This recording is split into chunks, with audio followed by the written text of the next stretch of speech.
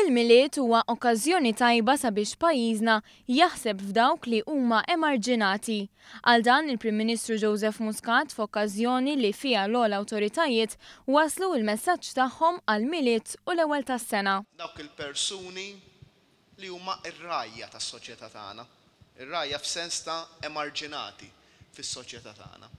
U naħseb aħna l-ewwel nies bħala politiċi rridu nkunu aħna lesti illi kull darba nindunaw fejn inkunu qegħdin noqsu lil dawk is-setturi tas-soċjetà li forsi huma skomdi li nitkellmu dwarhom.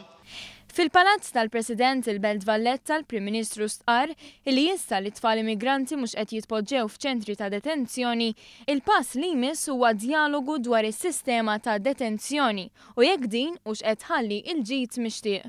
Sfida li nibdew nistaqsu lil nfusna bħala soċjetà jekk il-fatt illi meta jiġu nies iddisprati fostna naqfluhom għal sena u fuqhom f'kamp u x'qed tħalli ġid jew deni mhux biss għalihom imma għalina.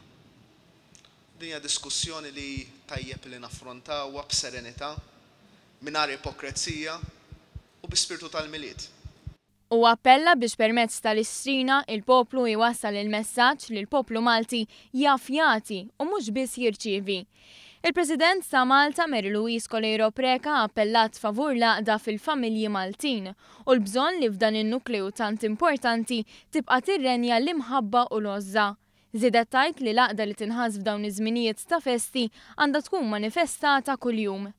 Fil-messaġġ tiegħu l-Isqof Awżiljarju Charles Cicluna semma l daw kollha li huma impenjati fil-formazzjoni ta' tfal u żgħażagħ fis-soċjetà Maltija. Dan fil-waqt li qal li bħalma Emmanuel tfisser Alla-Mana tkun xi ħaġa sabiħa li dan il-miliet niskopru l-preżenza talla fostna. Il-kap tal-Oppożizzjoni Simon Busuttil qal li l-bniedem fil-qiegħ ta' qalbu irid li jgħix ma' ħadd ieħor fil-paċi.